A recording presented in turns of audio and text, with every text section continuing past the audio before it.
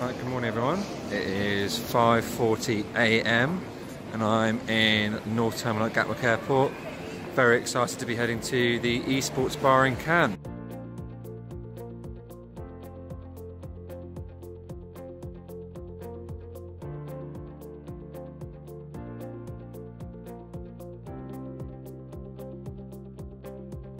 So what's unique about this conference, even though it's grown rapidly over the last year, I think it still probably maintains its personal touch.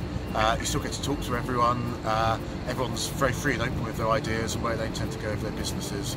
There's also a really great facility whereby you can set up meetings in advance. They're organised by the meeting organisers, the conference organisers, which means you get some decent quality time with a number of people that you're interested in and whose businesses can work together. Can you give us some commentary on one trend that you're looking out for in 2018 in esports?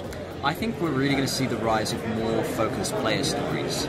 Players who start to build bigger brands for themselves, bigger personalities for themselves, and the way teams and competitions will start to utilise them through social media, through ancillary content, and particularly like within the competition themselves.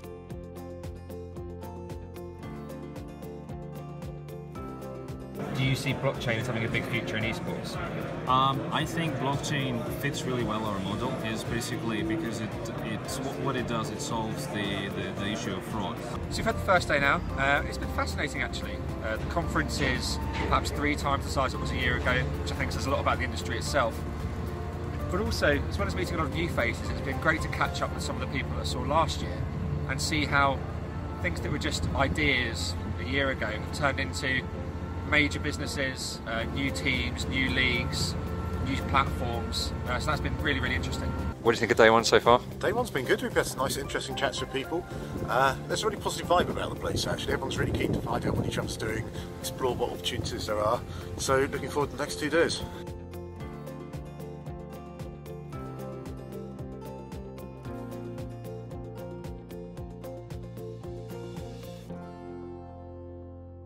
So it's nice to meet you guys. This is Adam Salai from Hungary. I'm working for ICO. We are based and located in Budapest, and ICO is a TV production company mainly, but we started the esports and gaming division 2 years ago. We are focusing events, rights licensing, broadcasts, talent management, and of course esports players in the case of if it's needed. And we are really looking forward to do something not just in Budapest in Hungary, in the center of the European region, from Poland until to Bulgaria, and it's really exciting to be here. It's really exciting to meet with you guys, and looking forward to do something together and a bright future for esports in the Eastern European countries. What's one trend that you're looking out for in esports in 2018? I think the trend that everybody will see over 2018 is the continued growth of betting in esports, both in terms of the number of people offering markets, the number of markets being offered, the value of markets being offered is all heading north. It's increasing at an amazing rate, and in fact it's the hottest product in sports betting worldwide by a considerable margin. And that's amazing for esport. It'll drive engagement, but it also presents some challenges, and I would urge people to start addressing those rather than pretending that they're not happening. So the end of day 2 of the conference. I think one of the big themes of the day has been crossover, and it's hard to know how that's really going to be measured. Obviously esports have a huge following on the gaming community, but now their attention's really turning into how to break through into the mainstream, and that could be through looking at the sponsors, the people who are sponsoring the events, moving on from endemic sponsors such as equipment manufacturers into more mainstream sponsors who tend to sponsor typical sporting properties. Another way is looking at coverage, again breaking through from some of the standard typical sites such as Twitch onto mainstream TV channels. But it seems like a lot of eyes at the moment are turning towards the Olympics and getting a spot for esports alongside traditional sports. A pipe dream? A lot of people here aren't so sure.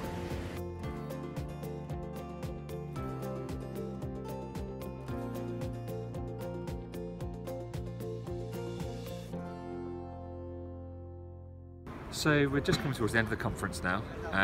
It's been absolutely brilliant. It's definitely exceeded our expectations. We came last year and this year certainly been even better. We've met probably 30 or 40 different industry stakeholders, all of whom have had very interesting, very different things to say about the industry and about what they're doing. And they've all been really interested to talk to us, which is great. We've already touched on a number of trends that have been occurring again and again in our discussions with different stakeholders. So whether that's non-endemic brands entering esports, teams looking to internationalise, player stories being something which brands, teams, league organisers are increasingly looking to sort of capitalise on and develop.